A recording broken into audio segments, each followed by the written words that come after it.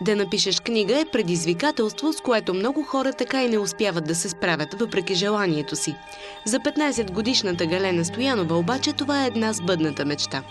Броени дни преди Коледа на пазара излезе първият ти роман със заглавието «Фрея».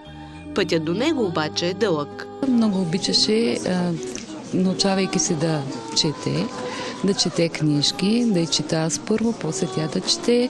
Любимото и нещо, когато излизаме на разходка, да минем през книжарницата и да си купим някоя книга. И до сега го прави същото. Книгите са нейна страст, наистина. Започна лека по лека, с стихчета, с кратки разказчета. Никога не съм мислила, че мога да стана писателка.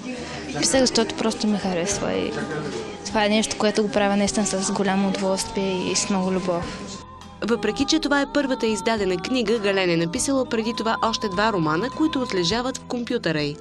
Първата ми книга се казва Аурелия и главният герой е момче. Опитах се да представя мъжката гледна точка. То е за едно съкровище, търсенето на едно съкровище, приятелството, любовта. Това е общо взето. Но е по-малко от тази, 140 страници някъде. И може би не е толкова добра, колкото последващите две, но както се казва, се развивам. Фрея обаче е първият ти опит в фентази жанра. Като всеки тинейджър, тя се вълнува от приятелството, любовта и приключенията. Главната героиня е Фрея. Той е очевидно. Той е за едно момиче, което отива в един пансион, за да се обучава с други като нея, за да се бори с злото.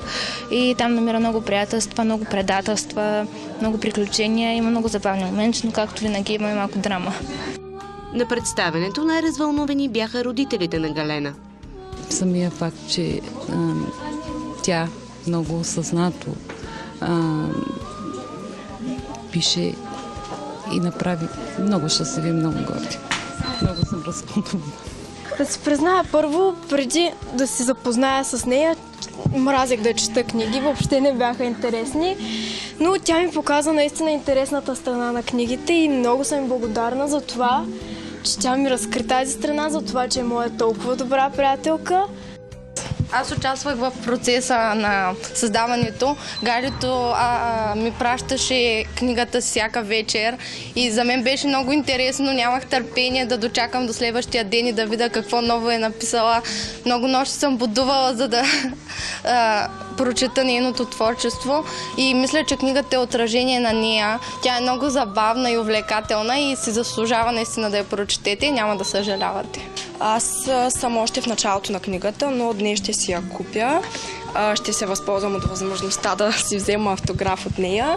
И ако можете и вие си купете книгата, мисля, че ще ви хареса. На мен началото за сега ми харесва. Галена вече пише и продължението на фентазито с работно заглавие «Всичко е магия», а бъдещето си вижда така. Ще съм завършила училище и може би университет, ще съм се намерила хубава работа, може би ще съм успяла да пробия в писателския бизнес и ще публикувам още много книги. Нейните мечти са и мои мечти, т.е. искам тя да си продължи да пише, независимо от това дали ще стане писател или не, да бъде такава каквато е естествена, да продължава да нарадва, да получи добро образование, да учи това, което тя иска да учи и да намери реализация тук в България. Част от парите от продажбите на книгата ще бъдат дарени на болница Света София, в която Галена се е лекувала. Прохождащата писателка се надява, че книгата й ще успее да спаси поне един човешки живот.